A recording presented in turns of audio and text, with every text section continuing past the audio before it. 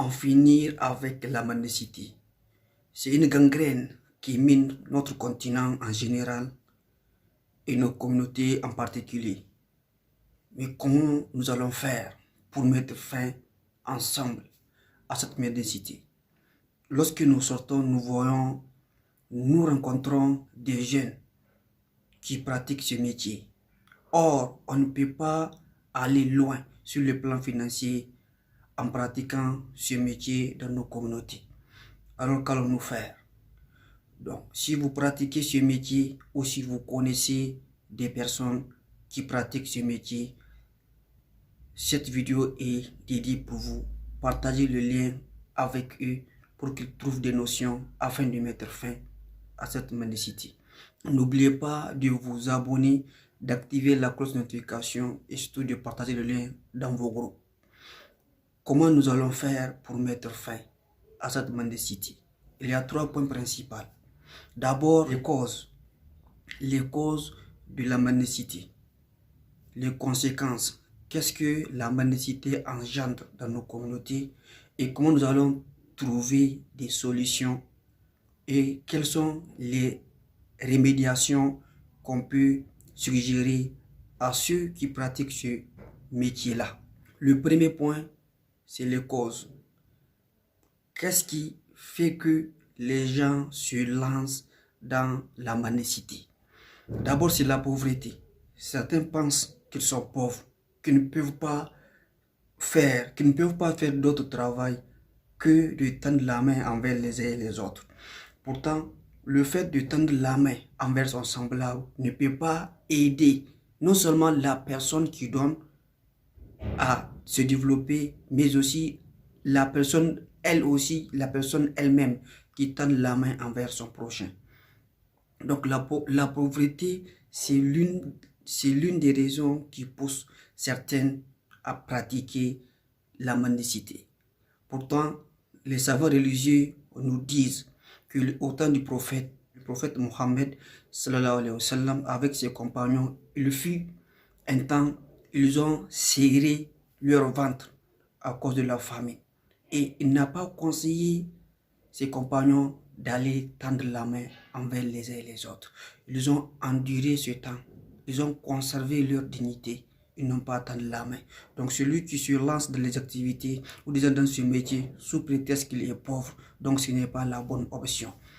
Le second point, ou disons la seconde cause qui pousse certains d'aller tendre la main envers les gens, c'est la paresse. Je connais une telle personne, je connais une autre personne. Chaque fois que j'en ai besoin de l'argent ou de quoi que ce soit, c'est eux qui m'aident. Donc, cette personne se limite à ce personne-là. Ce qui fait que il ou elle, ça dépend, il y a certains hommes qui pratiquent le métier, également certaines femmes. Donc, lorsqu'ils connaissent des personnes qui les aident à cause de cette paresse-là, ils ne peuvent pas aller. Donc, la paresse empêche certaines aussi de pratiquer, de se lancer eux-mêmes dans les activités pour essayer d'atteindre la liberté financière. Ceux qui atteignent la liberté financière n'ont pas d'autre grille, ils n'ont pas d'autre motivation que le fait d'essayer d'abord. Celui qui se permet de se lancer dans les activités avec un peu de connaissance, il peut un jour atteindre la liberté financière. Mais cette paresse bloque certaines personnes. Je connais des gens, non, moi j'ai pas envie de faire. Donc ils vivent de la paresse au fait. Le troisième point, c'est l'handicap. Là, c'est un cas particulier parce qu'il y a vraiment des gens il y a des handicaps qui se lancent de l'entrepreneuriat et aujourd'hui, ils embauchent des gens qui sont en bonne santé physiquement et moralement. Donc il y a certains handicaps qui sont chaque jour dans les rues pour tendre la main. Ce n'est pas une obligation parce que certains sont des handicaps, mais il y a personnellement leur vie. Si aujourd'hui Dieu fait en sorte que certains sont des handicaps, je pense que ce n'est pas une malédiction. Quoi qu'il arrive à une personne, Dieu sait pourquoi il l'avait fait. Donc la meilleure façon, c'est d'être fier de soi, d'être fier de là où nous sommes, d'être fier de là où vous êtes et de changer certaines attitudes ainsi que certaines habitudes pour essayer d'atteindre la liberté financière. Et allez, on va voir les conséquences que cette mendicité peut engendrer. Notamment lorsque les gens se limitent uniquement à l'aide d'autres personnes, ça engendre la dépendance. Ceux qui se permettent d'aller tendre la main ne peuvent pas se développer. Donc du coup, cela crée la dépendance. C'est-à-dire les récepteurs dépendent de ceux qui donnent. Et la personne qui vous donne, elle a également besoin de son argent, mais pourtant il vous donne. Donc si vous voulez être libre sur le plan financier, faites le maximum d'efforts pour être indépendant. Pour être indépendant sur le plan financier aussi. Mais lorsque à chaque fois ce sont peut-être vos parents, ce sont vos grands frères ou vos cousins qui vous donnent, et là vous ne pouvez pas aller loin. C'est aussi pareil entre la relation entre une mère et son enfant. Dès que la maman tombe malade, l'enfant aussi va tomber malade. Parce que le bien-être de l'enfant dépend de sa mère. Donc, si aujourd'hui, surtout en tant que jeune, on voit toujours, souvent, c'est à la file indienne que les gens circulent dans les rues, dans les quartiers, auprès des mosquées, pour tendre la main envers les uns et les autres. On ne peut pas vraiment atteindre la liberté financière en demandant les gens au fait. Donc, la meilleure façon, ce n'est pas vraiment de tendre la main. Si nous voulons être indépendants, donc nous devons nous déconnecter de cette façon de vivre dans nos sociétés. Et qu'est-ce que cela peut engendrer comme conséquence? Évidemment, le sous-développement. Le jeune, l'Afrique, la majorité des gens sont jeunes. Et lorsqu'on fait le constat, c'est aussi les jeunes qui pratiquent ce métier. Donc, qui dit jeune, dit synonyme de la réussite. Mais lorsque des jeunes pratiquent la mendicité du jour au lendemain, on ne peut pas vraiment développer. Donc, la mendicité engendre aussi le sous-développement. Dans ce cas, et celui qui donne ainsi que celui qui reçoit va souffrir. Il y aura vraiment la souffrance.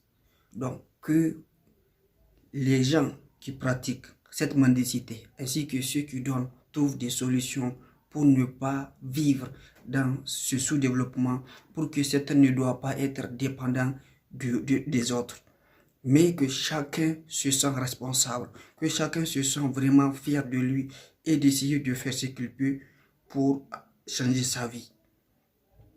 Quelles conséquences cette mendicité peut engendrer? Mais bien sûr le vol. Si certains se baladent toute une journée sans pour autant recevoir quoi que ce soit et qu'ils rencontrent des gens qui ont peut-être des téléphones ou bien de l'argent, des biens, mais forcément la personne peut arracher, la personne peut voler dans les maisons des autres lorsqu'il n'attend pas des bruits ou des réactions pareilles. Donc cette mendicité peut également engendrer le vol.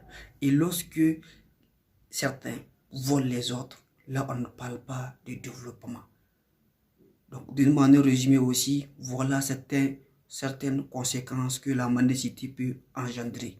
Mais dans ce cas, comment trouver des remédiations pour que ceux qui pratiquent la mendicité se sentent fiers d'eux-mêmes et d'essayer d'entreprendre? Donc, d'abord, concernant les remédiations, il faut forcément passer par la sensibilisation, que la mendicité ne peut pas aider les mendiants à se libérer. La mendicité ne peut pas aider des gens de changer de vie. Cette sensibilisation est très nécessaire.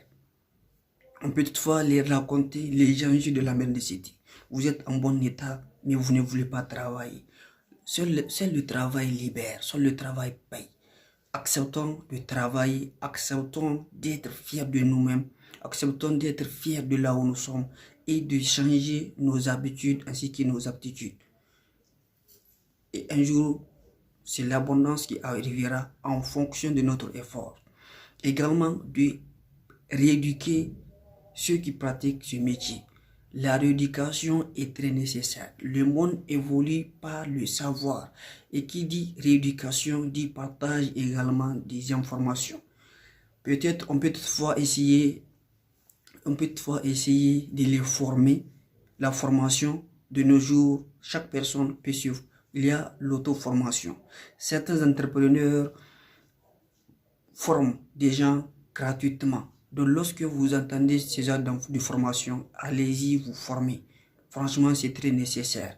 Mais le fait de se limiter ou de se mettre dans certains coins pour dire que je connais tout ou je ne peux pas changer ma vie, la personne vit dans une misère du jour au lendemain. Acceptez de se rééduquer. Et également, le troisième point concernant la rééducation, c'est les initiations des métiers. Qu'est-ce qu'une personne peut faire, peut entreprendre sans pour autant avoir une somme élevée? Il y a certains qui peuvent vous aider au fait. Mais est-ce que vous faites des recherches? En Afrique, même le fait de vendre même de l'eau fraîche, Piawata, vous pouvez débuter. Le sachet est à 250 francs par exemple. Lorsque vous prenez le sachet frais, allez au marché ou bien dans les quartiers, vous aurez la possibilité de vendre ça à 500 francs. Donc vous aurez 250 pour vous et c'est comme ça que vous pouvez toutefois faire. Acceptez de faire ce métier car les gagnants n'abandonnent pas et les gagnants trouvent des solutions à leurs problèmes.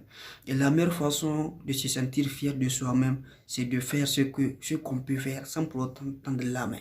Parce que la mendicité ne couvre pas la valeur humaine des uns et des autres.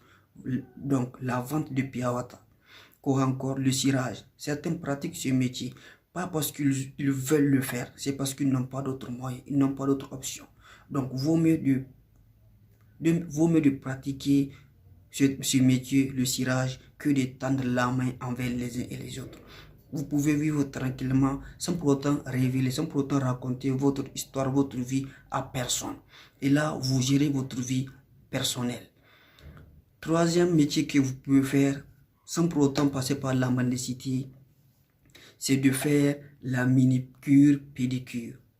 En Afrique, des jeunes motivés sont dans les quartiers, dans les villes, chaque jour du lendemain, et c'est dans ça ils gagnent leur vie. Il y a beaucoup des entrepreneurs. Aujourd'hui, ils sont reconnus sur le plan international. Ils ont débuté par ce genre de métier-là en Afrique. Donc, ce qui compte, ce n'est pas ce que vous faites aujourd'hui, mais ce que vous visualisez d'avoir demain.